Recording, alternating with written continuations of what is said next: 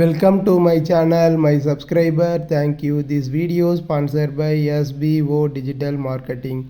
Join SBO Digital Marketing work from home opportunity, mobile based part-time job for perfect for student, homemakers and job seekers. Use your free time to earn no fixed hours. Work at your job. Your name and qualification 9994104160. Skip பண்ணாதீங்க. பெரிய தப்பு. தினம் 300 ரூபாய் சம்பாதிக்க அரிய வாய்ப்பு. Instagram, Facebook பயன்படுத்த தெரிந்தால் போதும் content post and content publishing மூலமா தினம் 300 ரூபாய் சம்பாதிக்கலாம். இந்த வேலை செய்ய 5 நிமிடம் போதும். Work training support, group communication support, all language customer live chat support, முக்கியமா சொந்தமா ஒரு பிசினஸ் ஸ்டார்ட் பண்ற அளவுக்கு உங்களால கற்றுக்கொள்ளவும் முடியும், சம்பாதிக்கவும் முடியும். இந்த வேலை வாய்ப்பு வழங்குவது 5 வருடத்திற்கு மேல ரன் ஆகிட்டு இருக்க நம்ம தமிழ்நாட்டு company school of business organisation private limited. மேலும் விவரங்களுக்கு டிஸ்கிரிப்ஷன்ல கொடுத்திருக்க நம்பருக்கு வாட்ஸ்அப் பண்ணுங்க.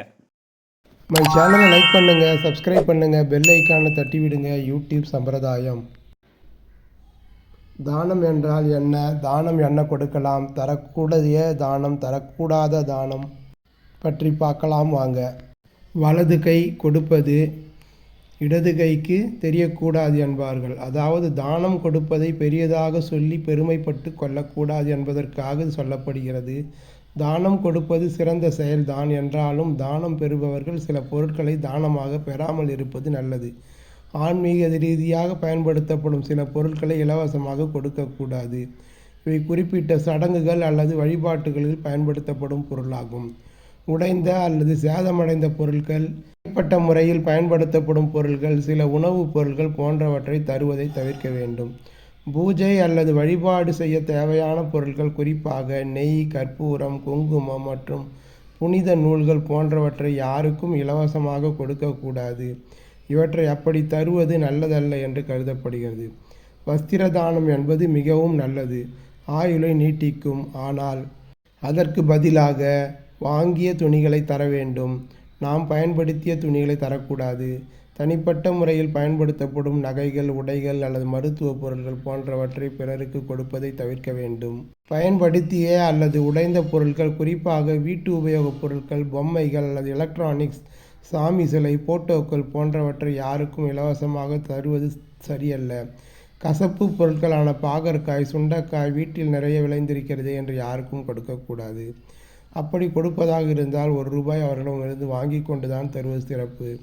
இல்லையெனில் இருவருக்கான உறவு கசப்பில் முடியும். சேப்பங்கிழங்கு, முள்ளங்கி, பாகற்காய் போன்ற காய்கறிகளும் யாரேனும் கொடுத்தால் தானமாக வாங்கக்கூடாது.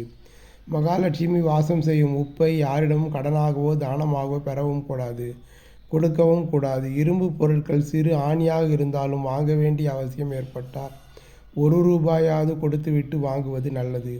கூர்மையான பொருட்களை, சேஃப்டி பின், குண்டூசி போன்றவற்றை யாரிடமும் வாங்கக்கூடாது.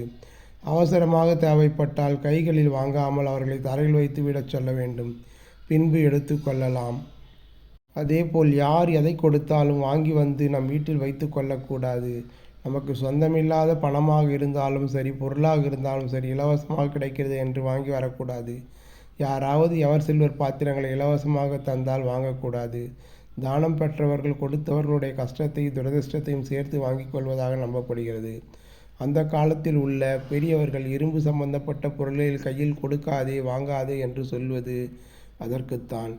இரும்பு சம்பந்தப்பட்ட கூர்மையான பொருட்களான அரிவாள் மனை, கத்தி, காய்கறி வெட்ட பயன்படும் கந்திரங்கள், கத்திரிக்கோல் போன்றவற்றை யாருக்கும் தானமாக கொடுக்கக்கூடாது, வாங்கவும் கூடாது. அதேபோல் தோஷ நிவர்த்திக்காக சிலர் எண்ணெய் தானம் செய்வதுண்டு. இப்படிப்பட்ட பரிகாரம் செய்வதற்காக கொடுக்கப்படும் எண்ணெயை வாங்கக்கூடாது.